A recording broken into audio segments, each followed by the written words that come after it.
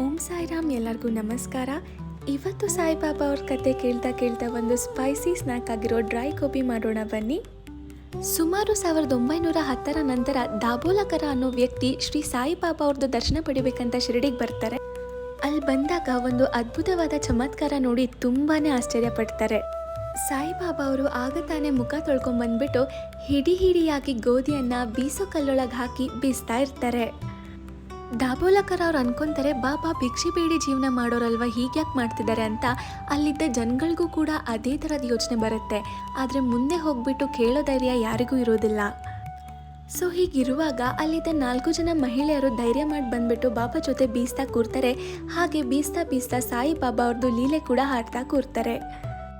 ಹೀಗೆ ಬೀಸೋದೆಲ್ಲ ಮುಗಿದ್ಮೇಲೆ ಅವ್ರು ಅನ್ಕೊಂತಾರೆ, ಬಾಬಂಗೆ ಮನೆ ಆಗಲಿ ಮಠ ಆಗಲಿ ಏನೂ ಇಲ್ಲ, ಮೋಸ್ಟ್ಲಿ ದಯಾಳುವಾದ ಇವರು ಎಲ್ಲರಿಗೂ ಹಿಟ್ಟನ್ನು ಕೊಡಲಿಕ್ಕೋಸ್ಕರ ಇಷ್ಟೊಂದೆಲ್ಲ ಹಿಟ್ಟು ಬೀಸಿದ್ದಾರೆ ಅಂತ. ಆ್ಯಂಡ್ ಅವ್ರು ಇರೋ ಹಿಟ್ಟನ್ನ ಡಿವೈಡ್ ಮಾಡಿಬಿಟ್ಟು ತೊಗೊಂಡೋಗ್ಬೇಕಂತ ಡಿಸೈಡ್ ಮಾಡ್ತಾರೆ. ಆ್ಯಂಡ್ ಇದನ್ನು ಕೇಳಿಸ್ಕೊಂಬಿಟ್ಟು ಬಾಬಾ ಹೇಳ್ತಾರೆ, ದಯವಿಟ್ಟು ಈ ಹಿಟ್ಟನ್ನ ತಗೊಂಡೋಗ್ಬಿಟ್ಟು ಹಳ್ಳಿಯ ಗಡಿ ಸುತ್ತಲೂ ಹಾಕಿ ಬನ್ನಿ ಅಂತ. ಅಲ್ಲಿದ್ದವರಿಗೆಲ್ಲ ತುಂಬಾ ಆಶ್ಚರ್ಯ ಆಗುತ್ತೆ. ಐನೋ ನಿಮಗೂ ಕೂಡ ಕ್ಯೂರಿಯಾಸಿಟಿ ಇದೆ, ಬಾಬಾ ಯಾಕೆ ಹೀಗೆ ಮಾಡಿದ್ರು ಅಂತ.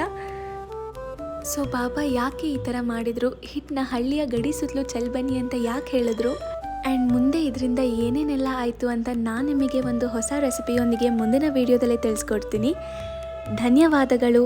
ಓಂ ಸಾಯಿರಾಮ್.